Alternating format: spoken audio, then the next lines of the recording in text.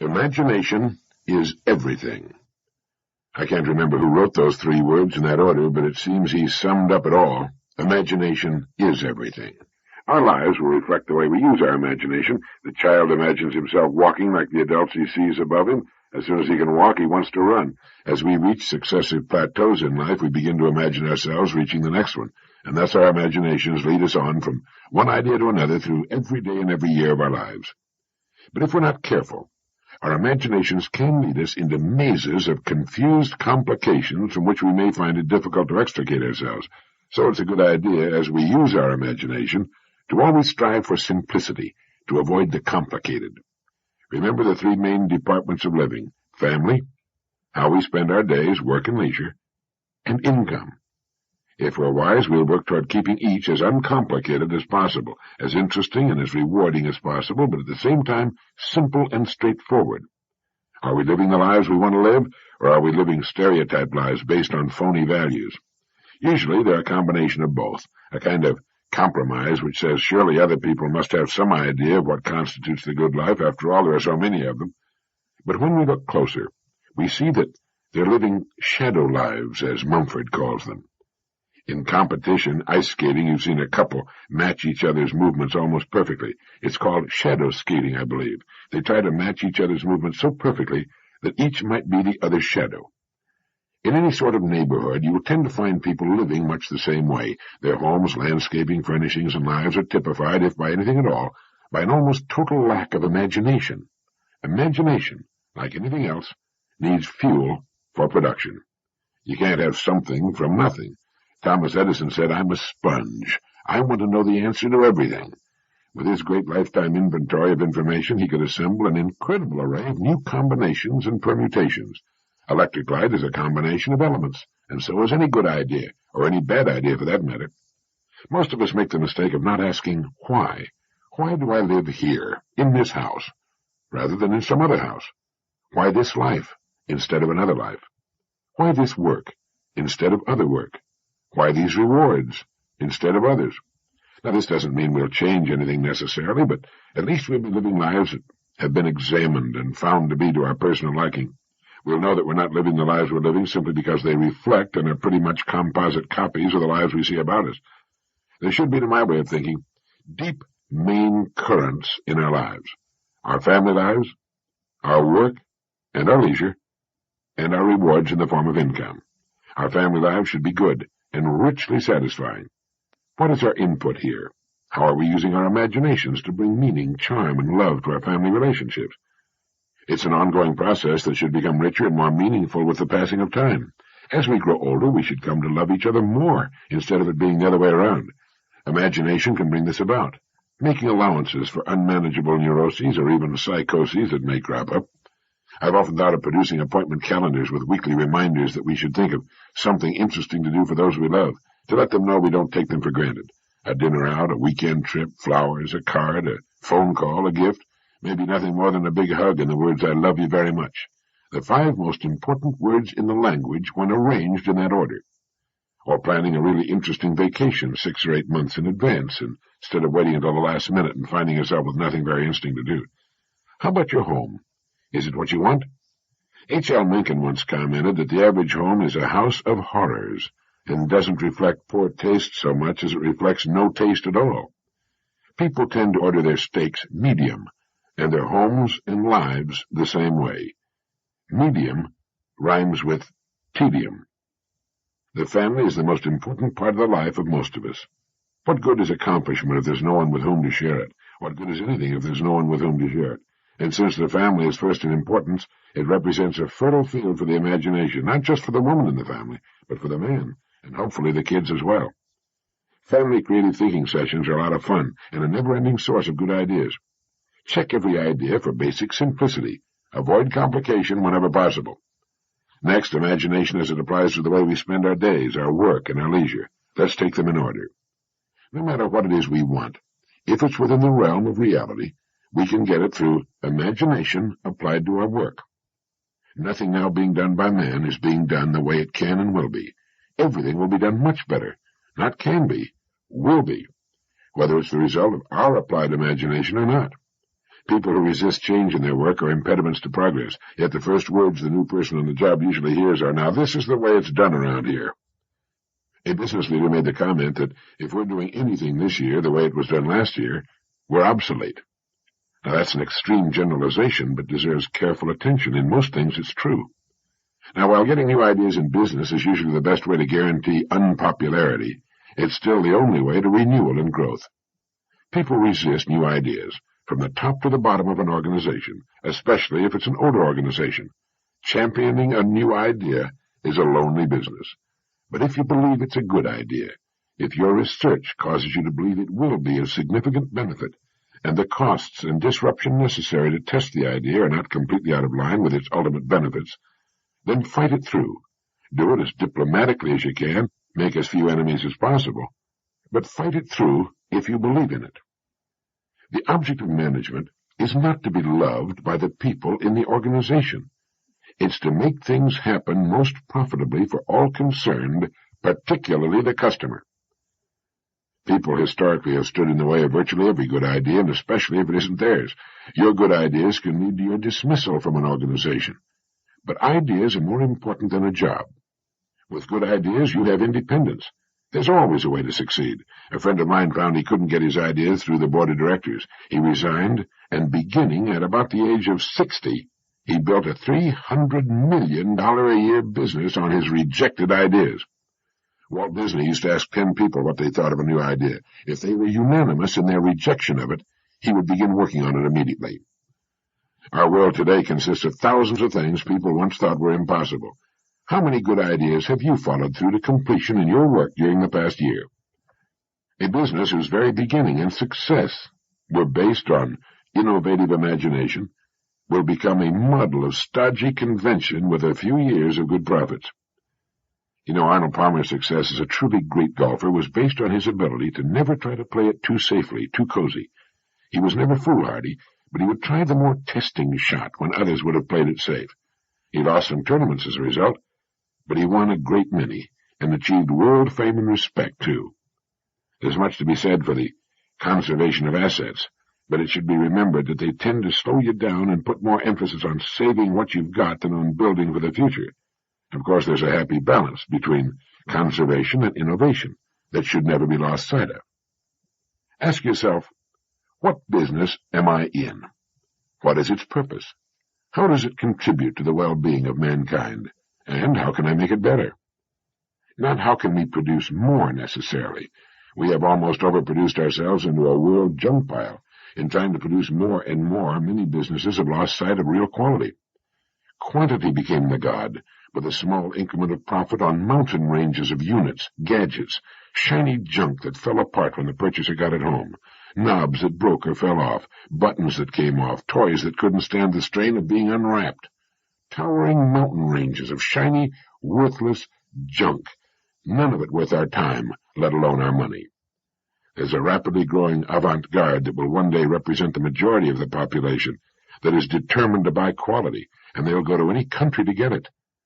We can satisfy this growing, discriminating market now and in the years ahead. Many of our fastest-growing companies are proving it, but it means going back to the old verity. Quality first, quantity second. Both can be achieved through human imagination, the most incredible agency ever to appear on Earth. It all comes back to what we want, and, more importantly, what we want to be as persons. A good profit and a steady growth is all that we need in business. We don't have to shoot off the top of the page. But the chances of truly spectacular growth are better via quality through imagination than through quantity for quantity's sake. It makes no difference whether it's a yo-yo or an automobile. Over the long haul, quality will win out. If the size must be reduced to maintain price and improve quality, we should make it smaller. There's always a way through imagination. You know, each of us has a gold mine between his ears. If he fails to mine the gold, well, that's his business. But it's there, all that we could want, and much more. Now, as to input, we should never stop building our store of information. We can never get an idea without raw material, which is information and application. If there's real talent there, too, so much the better, but talent has a way of developing with hard application, daily application, perspiration, long hours of study and deep thought. Become a sponge for information that applies to what you do. Read everything you can find on the subject. Build a fine library of books that are filled with the ideas of others on your specialty, whatever it may be. You know, my wife is a great cook. She must have 30 cookbooks. People who say they're great cooks without ever reading the ideas of others are kidding themselves. I know a writer who refuses to read the works of other writers. He's never amounted to much. Great painters have always learned more from other painters than they did from nature, and they still do. Somerset Maugham laboriously copied the style of writers he admired. I mean, he would sit and copy page after page of the actual words they wrote, so that he could learn how they wrote. He then wrote the stories he wanted to write, with a marvelously finished skill. If we're in management, we can learn from the masters in management. Roar Hibber-Replogel's book on management and the new Dow Jones-Irwin book, The Enjoyment of Management by John Price, are a couple of good ones to study. You know, when I first started in radio, I listened carefully to the country's best and highest-paid radio personalities. They had learned their skills through many years of hard work. I learned a great deal from them. All I had to do was turn on my radio and listen. Frank Sinatra learned his amazing breath control from Tommy Dorsey, and every great performer who ever lived has had a model or models he or she studied and admired and wanted to emulate. How about you? The person who thinks he doesn't have to study his craft, art, or profession is a pompous fool, and his chances of ever amounting to much are very slim indeed. A never-ending taking in of the best thoughts of the best people in the field of our choice is the best assurance that we will never stagnate, never stop producing. Paracelsus wrote, "Thoughts are free and are subject to no rule. On them rests the freedom of man, and they tower above the light of nature. For thoughts give birth to a creative force that is neither elemental or sidereal. Thoughts create a new heaven, a new firmament, a new source of energy from which new arts flow. When man undertakes to create something, he establishes a new heaven, as it were, and from it the work that he desires to create flows into him. For such is the immensity of man that he is greater than heaven and earth."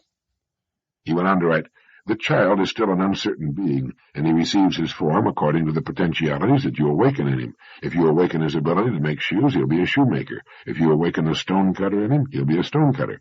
And if you summon forth the scholar in him, he will be a scholar. And this can be so because all the potentialities are inherent in him. What you awaken in him comes forth from him. The rest remains unawakened, absorbed in sleep. We are born to be awake, not to be asleep." And then he wrote, "Therefore, man, learn and learn, question and do not be ashamed of it. For only thus can you earn a name that will resound in all countries and never be forgotten." Hope is one of the loftiest emotions we can experience, for whenever we lack hope, our fruits will also be lacking. He who knows nothing loves nothing. He who can do nothing understands nothing. He who understands nothing is worthless. But he who understands also loves, notices, sees. The more knowledge is inherent in a thing, the greater the love. Everything lies in knowledge. From it comes every fruit. Knowledge bestows faith, for he who knows God believes in him. He who does not know him does not believe in him. Everyone believes in what he knows. Everyone believes in what he knows. And there's your answer to the question, why is there so little belief in anything today? It's because we believe in what we know, and most people don't try to really know anything.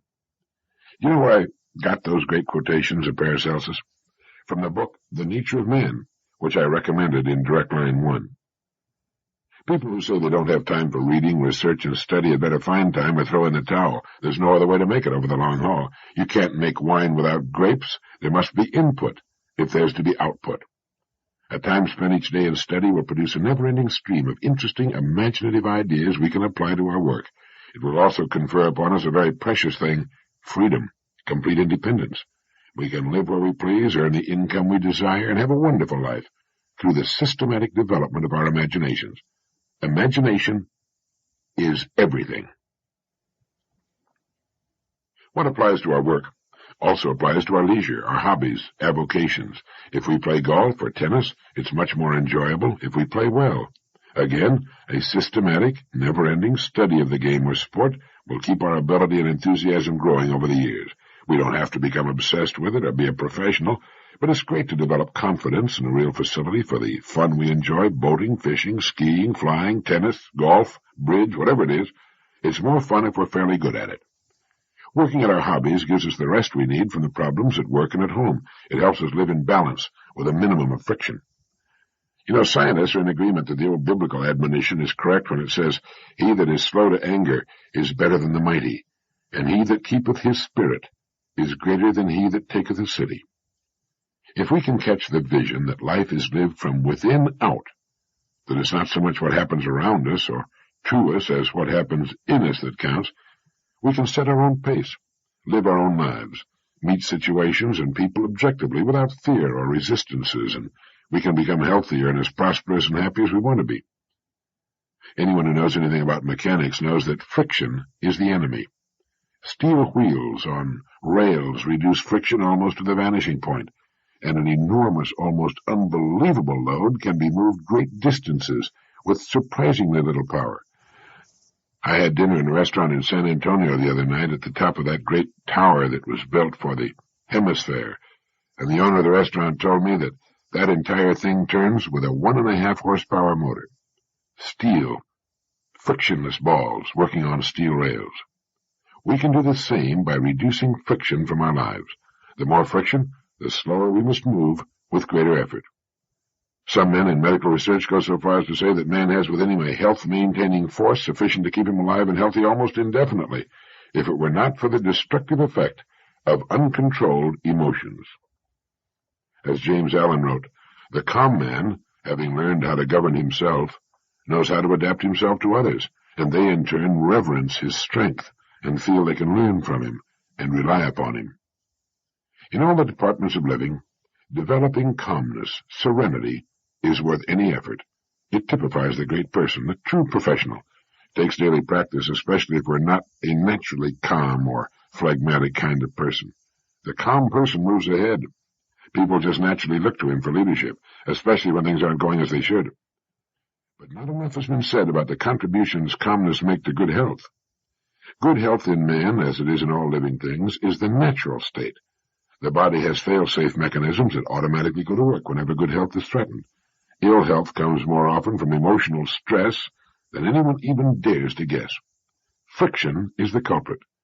Developing serenity, a calm, peaceful attitude toward others, our work, and our goals will work wonders in the response we'll get.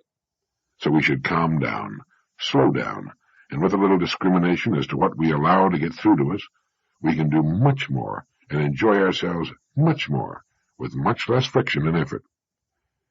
When we wake in the morning, there are 1,000 distractions poised to get at us as we go through the day. They clamor at us in sound and sight. They're frantic, frenetic. They implore, they importune, they threaten, they cajole.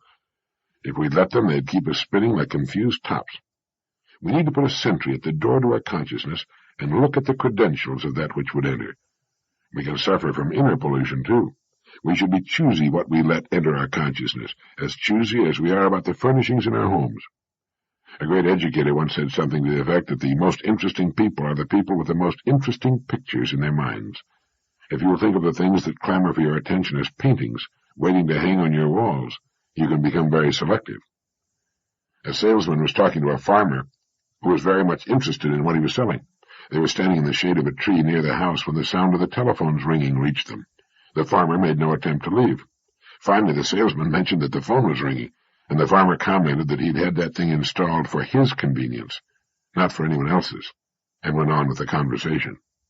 There is a way to restore charm and interest to our lives, and it seems to be to cut down on the number of things we let engage our attention and make certain that what does get through is good. I had the good fortune to be raised near a harbor. As a kid, I used to spend hours down on the docks watching the ships loading and unloading. They'd bring in cargoes from the distant and romantic ports all over the world, and I used to stand there with a faraway look in my eyes, envying those sailors who were so fortunate. They traveled over the distant horizon to places I could only imagine or read about in my geography books. I hung around so much that some of the mates and skippers finally recognized me and actually invited me on board. I guess you can imagine the heaven that was for me. They'd take me from the engine room to the forecastle and finally to the place I liked best, the navigation bridge. The bridge had the best view, but more than that, it was there that the ship was controlled and steered into all those distant places I dreamed of.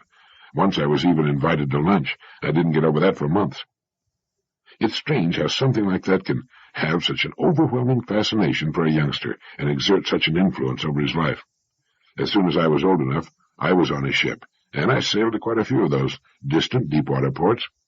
No matter how long the trip, I never got tired of sailing and watching the sea in all its different moods. Entering a distant port, even if I'd been there before, was always a brand-new thrill. Over the years, I've tried to figure out why I like ships so much, and I believe I've come up with the answer. Ships operate during their entire lives the way we should, but so few do. Maybe you've never thought much about it, but at any given moment, a ship is 100% successful. That is, it's either sailing to a predetermined port of call, or it's in port getting ready to sail to another one. A ship owner is smart. He knows a ship can only reach one port of call at a time. You never see any doubt or confusion, or trying to do more than one thing at a time. You can climb up to the navigation bridge of a big, far-sailing ship and ask the captain where he's going, and he'll tell you instantly and in one sentence. How many people do you know who can do the same thing? It seems that most people want so many different things, most of which they're not really sure of, that they're like the guy who jumped on their horse and rode off in all directions at once. What they ought to do is recognize the truth and success of a ship. Pick one port that's important. Sail to it. Then rest and refit for a little while, then sail to another important port. In this way, in not too many years, a man can set and reach his goals one by one until finally he's got a tremendous pile of accomplishments in which he can take pride. He's got all the things he wants, just because he had sense enough to realize he could only do well one thing at a time. There's one other point that fits in here, and maybe it's the most important of all. If a ship tied up to a dock, for some reason had no place to go, it would stay there until it fell apart from rust and disuse. Ships don't start their engines until they have some place to go, and here again it's the same with men. This is why it's so important that each of us have a port of call we want to reach, a goal, a place to get to that we feel will be better than the place in which we now find ourselves. If we don't, well, we might never cast off. We might never know the thrill of sailing a pre-charted course to a place we can't see for fully 99% of the journey. But we know it's there, and we know that if we keep sailing toward it, we'll reach it. You see, ships have a way of reaching their ports. If someone came up to you today and asked you what your next port of call is, that is, where you're going, could you answer him in one sentence like the captain could on the bridge of his ship? If not, maybe you'd better give it some thought. As soon as I was able and had the time to devote to it, I got a boat of my own. I find it to be a wonderfully restful hobby. With a good boat, you can own a home anywhere on Earth. Since 76% of the Earth's surface is covered by water, there are few places you can't go if you happen to love boats as I do. With our little ship, we have a home in Florida, the Bahamas, the Virgin Islands, the Grenadines, South America, Central America, or Mexico. It can take us wherever we want to go, with no packing and unpacking, with our meals when we want them, and good fishing and swimming along the way. And as Dana wrote back in 1830 in the American Classic 2 years before the mast, a ship is like a lady's watch, always out of repair. So you're never at a loss for something to do. There are always a dozen things waiting to be done. It makes for an interesting, busy hobby, with lots of fresh air and sunshine. It's especially good in the winter when you can't play golf up north. The great William James, in his Principles of Psychology, defined genius as little more than the faculty of perceiving in an unhabitual way. In his essay on habit, he referred to habit as the flywheel of society. It's what keeps us doing what we've been doing in the past. It makes us fear change regardless of the present condition of our lives. And the genius, as defined by Dr. James, seems to be that rare bird who knows that change is not only good, but inevitable. He anticipates the inevitable. He's perhaps what makes change inevitable. He habitually looks at everything about him in an unhabitual way. He takes nothing for granted. He knows that whatever he sees that is made by man or served by man is imperfect, is always in a state of evolving. Let me give you a good example. A friend of mine was looking for a site for a large luxury motel. He was in no hurry and spent months in a certain West Coast city looking for the site that would probably best guarantee a good return on the considerable amount of money he was going to invest and borrow. He found the perfect site. It was near a large university and at the confluence of 5 main roads, one of which was a heavily traveled highway. It was also within the city limits, which would mean a large local trade for the restaurant. There was only one hitch. On the site was an old brick building, an old manufacturing concern, still in business. Well, he called on the owners of the business and told them what he wanted to do. Since the city had, over the years, grown around the old building, he pointed out that it would be to their benefit to sell him the property at a price many times the land's original value and build themselves a new, more modern plant in a less congested area. Well, they saw the sense of his plan and a way to pick up nearly $500,000 for their property and closed the deal. He razed the old building and built his beautiful new motel. Later, he discovered that many people in the motel business had looked upon that site as ideal for their purposes, but had written it off because it was already occupied. He saw it not with the old brick manufactory on it, but instead with his beautiful new motel sitting there. He had looked at that corner in an unhabitual way. Everybody benefited, including the community, by his genius. I think each of us can greatly increase the value of his life by taking to heart Dr. James' definition of genius, by looking at things about us, in our home, and particularly in our work, with new eyes, with the eyes of creation.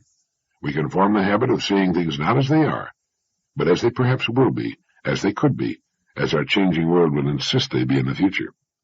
Our lives are full of old brick buildings that have stood there for too long.